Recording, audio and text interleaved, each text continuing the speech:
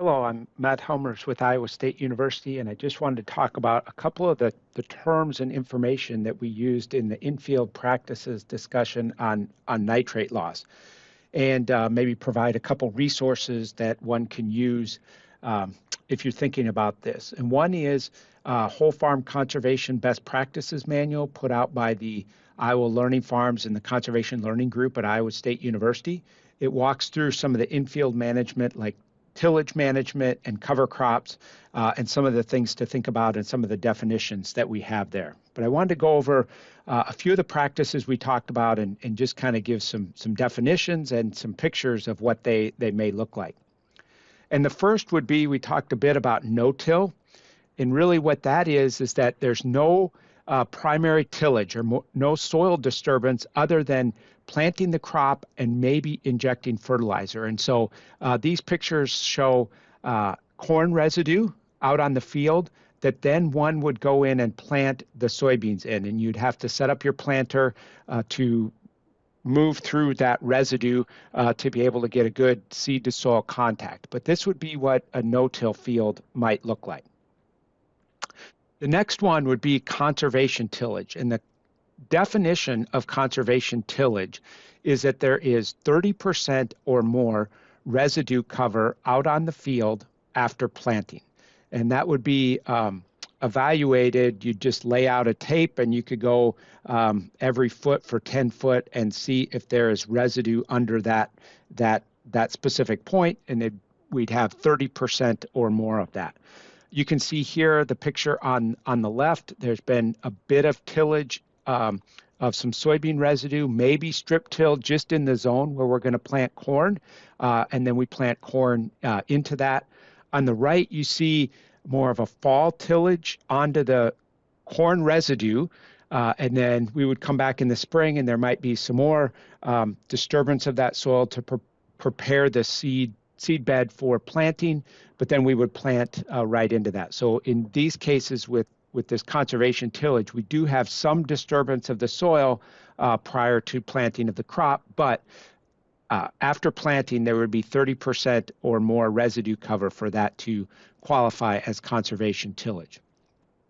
One of the other ones we talked about were cover crops, and we'll talk a little bit about what kind of thinking about what those are. We talked in the presentation about some of the purpose of those. But you can see here on the left, that might be a cover crop in the fall of the year where they've drilled it in. And we start to see some of the green in the rows. That's our cover crop. In the spring, something like that might look like what's on the right. So how do we manage that and how do we seed that? So this is where that Conservation Best Practices Manual gives you an idea. So what we're doing is you would evaluate, what's your next crop, corn or soybean. And with the cover crop, what we're doing is we're either aerial seeding or overseeding with high clearance equipment into the standing cash crop. So maybe in late August or early September, we're coming in and we're dropping seeds, whatever type of cover crop we're looking at. In some cases, it might be oats. In some cases, it might be rye. I would say winter cereal rye is the most common. So we're seeding that into the standing crop. Or another way is that we could drill that in right after the primary cash crop harvest. And so, if especially rye that we would expect some spring growth on, we might seed that as soon as possible after harvest. Now, what about in the spring? Something like oats, winter kills. So that does not need to be killed in the spring. Rye, like the picture I showed you in the previous slide of that rye in the spring, we need to kill that in some way. The primary way that would be killed is with termination with herbicide, probably glyphosate.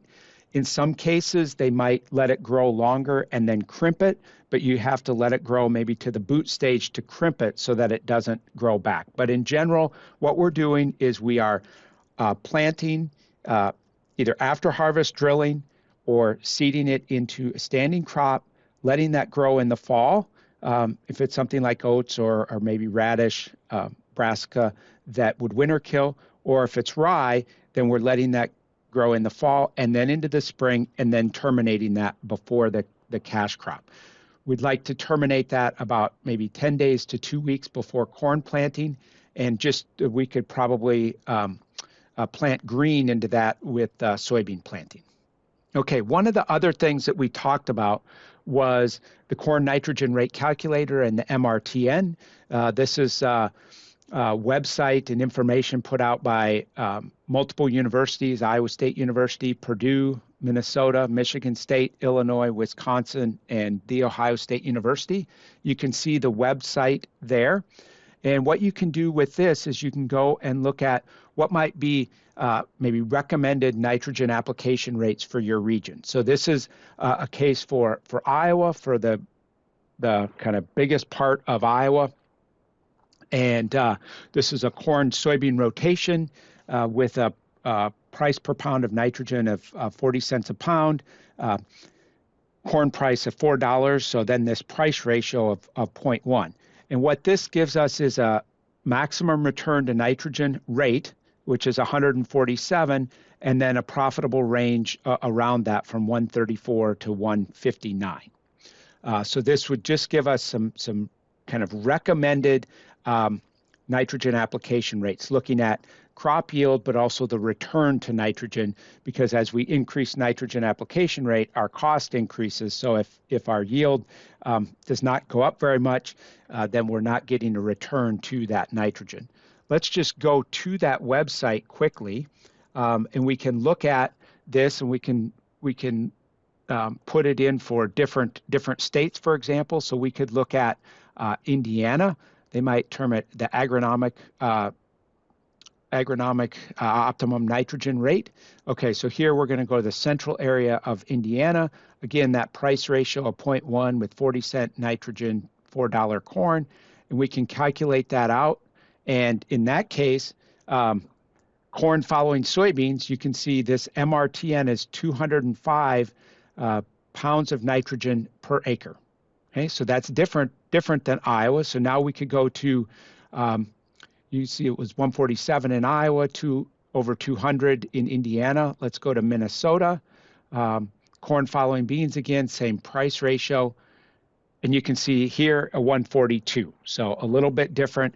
So is this information is taken nitrogen rate trials in response to nitrogen to develop this type of recommendation. So one can use this to try to estimate the recommended nitrogen application rate, trying to look at what nitrogen rate might give us the greatest profitability. Hopefully this gives a little more information about some of the tillage management practices we talked about, cover crop, and then this maximum return to nitrogen or the corn nitrogen rate calculator, and thinking about the economic optimum N rate or the agronomic optimum N rate. With that, hope this helps a little bit.